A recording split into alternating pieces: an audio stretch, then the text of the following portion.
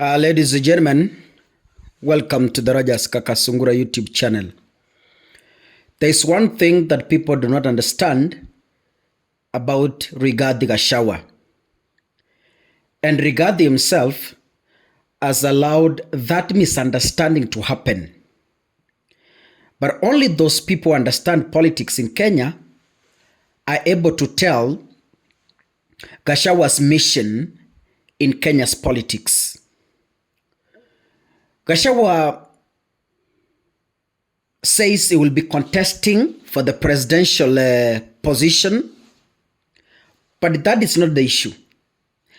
I can confidently tell you that Gachagua is not interested with national politics. As much as he's playing national, but Gachagua's interest narrows down to the Mount Kenya region. I'll give you reasons why I think so. But then, I came to realize Gachagua is a tactician.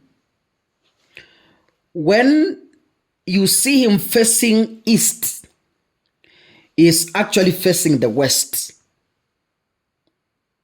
That is the little I have known about Gachagua.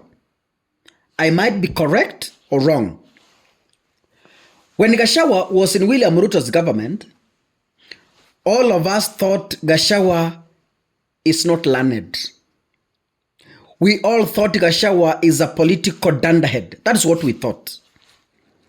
Little did we know, Gachagua was acting stupid in William Ruto's government to get some information and make some connections in government within the executive.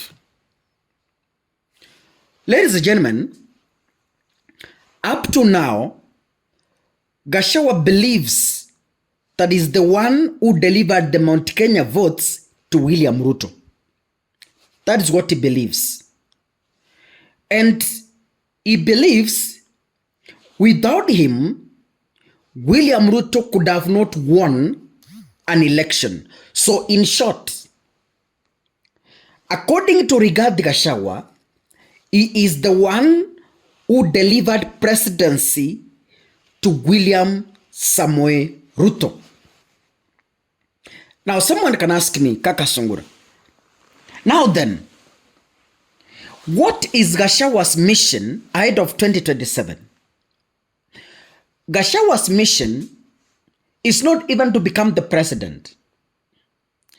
He's just saying he will contest just to keep you busy as he runs his mission.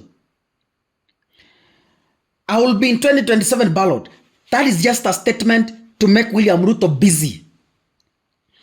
But Gachagua's main mission, he wants to confirm to William Ruto that Gachagua is the mountain and the mountain is Gachagua. That is why you've not seen Gachagua running a rally in Kisii. He says he wants to become the president, but you could hardly get Gachagua having a rally in Bungoma. You can hardly see Gachagua having a rally in Mombasa. Yeah? If at all he has to come to Kisii, he will just come as a visitor, but not a planned rally from Mominyoro. If he goes to Kambani, he goes there under invitation from Kalonzo Musyoka, but not as Gachagua to plan a rally in Ukambani. Most of the Gachagua rallies, they are within the Mount Kenya region.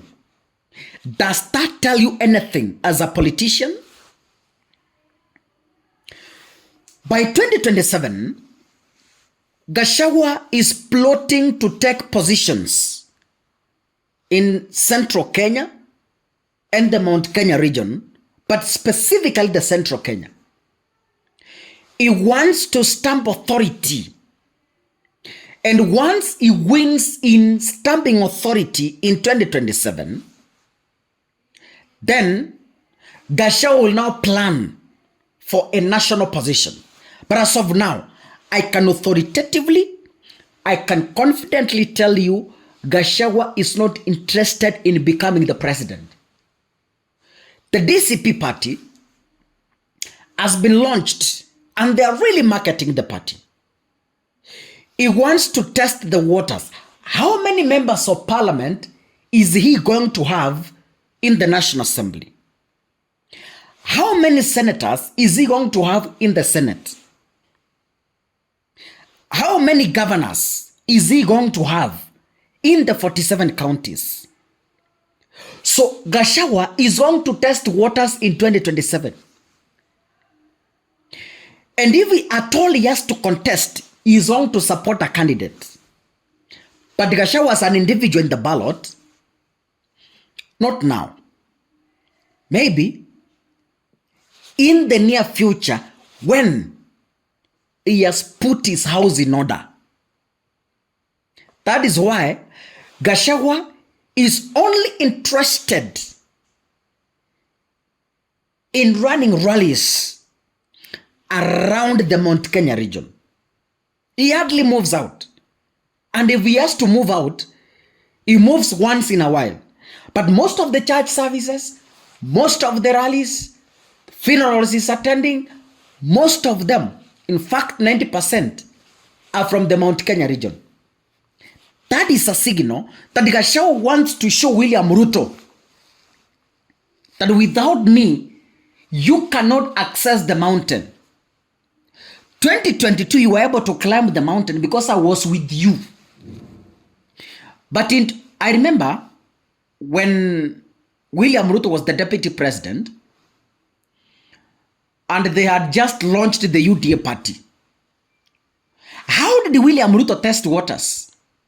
By running a competitive campaign against ODM and Jubilee in by-elections.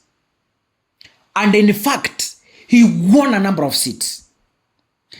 That itself was a case study that gave William Ruto confidence that even in 2022, I might win an election from those by-elections. He could go to Uhuru Kenyatta's bedroom and he beats him flat to install a UDA candidate. It happened several times in central Kenya. That gave William Ruto power and elevation. That is the exact script Rigathi Gachagua is using. The exact script Gachagua is using. Anapima tu nguvu aone mahali pati yake itafika before he decides to contest for a national position. God bless you, ladies and gentlemen. See you in the next episode. Asanteni sana.